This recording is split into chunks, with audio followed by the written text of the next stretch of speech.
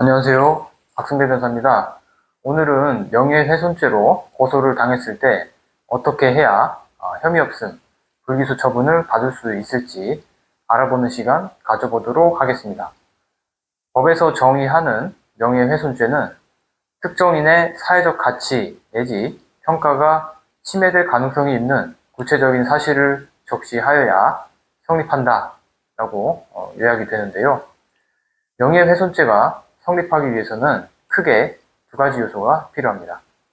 첫 번째로 구체적 사실 적시, 두 번째로 공연성, 즉 전파 가능성이라고 하죠. 이렇게 두 가지가 필요한데요. 실제로 사건을 진행을 하다 보면 과연 구체적 사실의 적시라는 것이 무엇인가 라는 게 전면 쟁점으로 등장하는 경우가 많습니다. 사실 어떤 점이 구체적 사실의 적시인지 아닌지 구분하는 것은 굉장히 쉽지가 않은 일인데요. 누가 봐도 상대방의 명예를 훼손하였다고 생각이 될 만한 사안이 혐의가 없다는 결론이 나오기도 하고 또 반대인 경우도 심심찮게 볼 수가 있습니다. 오죽하면 경찰에서는 혐의가 있다라고 보고 검찰로 사건을 송치한 그런 사건들이 정작 검찰에서는 혐의가 없다라는 불기소 처분이 내려지는 경우도 종종 볼 수가 있는 정도입니다. 그만큼 명예훼손에서는 혐의, 유무를 가리는 것이 굉장히 쉽지가 않은 것이지요. 법원에서는 명예훼손죄에서의 구체적 사실 적시 관련해서 사실의 적시란 가치 판단이나 평가를 내용으로 하는 의견 표현에 대치되는 개념으로서 시간과 공간적으로 구체적인 과거 또는 현재의 사실관계에 관한 보고 내지 진술이라고 정의를 내리고 있습니다. 판례는 이해를 돕기 위해서 가치 판단이나 평가를 내용으로 하는 의견 표현이라고 대비 개념을 들고 있습니다.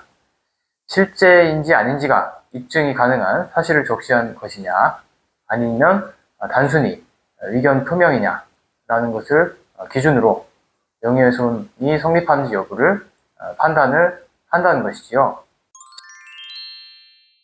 실제 한 사례에서 피의자는 자녀가 재학 중인 학교에 방과 후 활동에 관여하는 사설업체에 대해서 학부모 대표로서 관리 감독 업무를 수행을 하고 계셨습니다. 그러던 중에 업체의 비리에 대해서 알게 되셨는데요. 이에 대해서 업체 대표에게 항의를 하던 도중에 그만 많은 사람들이 있는 자리에서 상대방에게 폭언과 더불어서 명예훼손적 발언을 했다라는 혐의로 고소를 당하게 되셨습니다.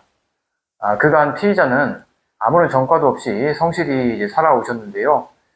다만 이제 피의자 본인의 자녀가 재학 중인 학교에서 업체에 비리가 있다고 하니까 대표로서 맡은 바 책임을 다하시려고 하던 도중에 그만 위협이 너무 앞서서 이런 불상사가 일어나시게 된 것입니다. 형사 사건에서 피의자는 고소를 당했다라는 사실만으로 경찰서에서 피의자 신분으로서 조사를 받아야 되는 엄청난 부담을 지게 되는데요. 이 사건에서는 설상가상으로 경찰에서 고소인의 말을 수긍을 해서 피의자가 말한 내용 모두를 명예훼손으로 검찰에 송치를 하게 된 사정이 있었습니다. 피의자가 사실 발언한 내용은 업체 대표가 개인의 이익을 탐하느라 학교로부터 수주를 한 방과 후 활동 업무를 제대로 수행을 하지 못하고 있다는 식의 어떤 항의의 내용이었을 뿐이었는데요. 구체적으로 어떤 비리를 저질렀다고 지적을 했다거나 한 것은 아니었기에 사실상 경찰 송치 결정이 정당한지에 대해서는 많은 의문점이 있는 그런 억울한 사정이 있었죠. 앞서 말씀드린 사안에서 피의자가 발언한 내용은 비록 당시에 주변에 특정 다수의 타인이 있었기는 했지만 항의조의 내용이었을 뿐에 불과하였고 발언 내용 중에 고소인의 명예를 훼손할 만한 어떤 구체적인 내용이 있지는 않았다라는 점을 저희 중점적으로 변론을 했었는데요.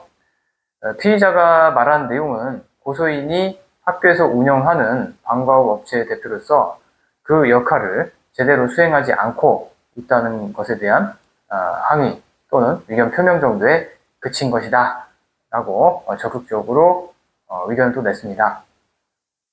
그 결과 검찰에서는 경찰에서 기소 의견으로 송치한 사건을 혐의 없음 불기소 처분이라고 결과를 뒤집어서 내리게 되었습니다.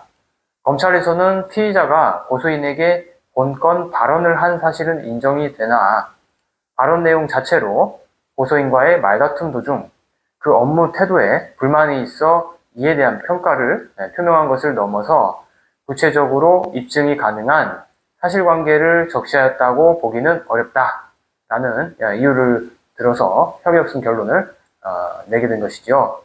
오늘 소개해드린 실제 사례에서처럼 명예훼손죄에서는 경찰에서는 혐의가 있다라고 판단을 해서 기소 의견으로 검찰이 송치된 사건이 정작 검찰에서는 혐의가 없다라고 반대로 판단을 해서 불기소 처분을 내리는 경우를 심심찮게 찾아볼 수가 있습니다.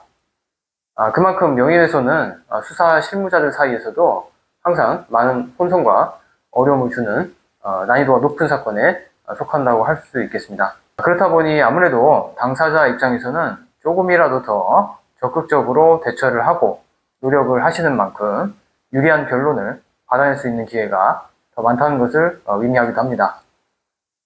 명예훼손 혐의로 문제를 겪고 계시는 분들께서는 가급적 미리 전문가와 상담을 통해 능동적으로 상황에 대처하실 수 있었으면 좋을 것 같습니다.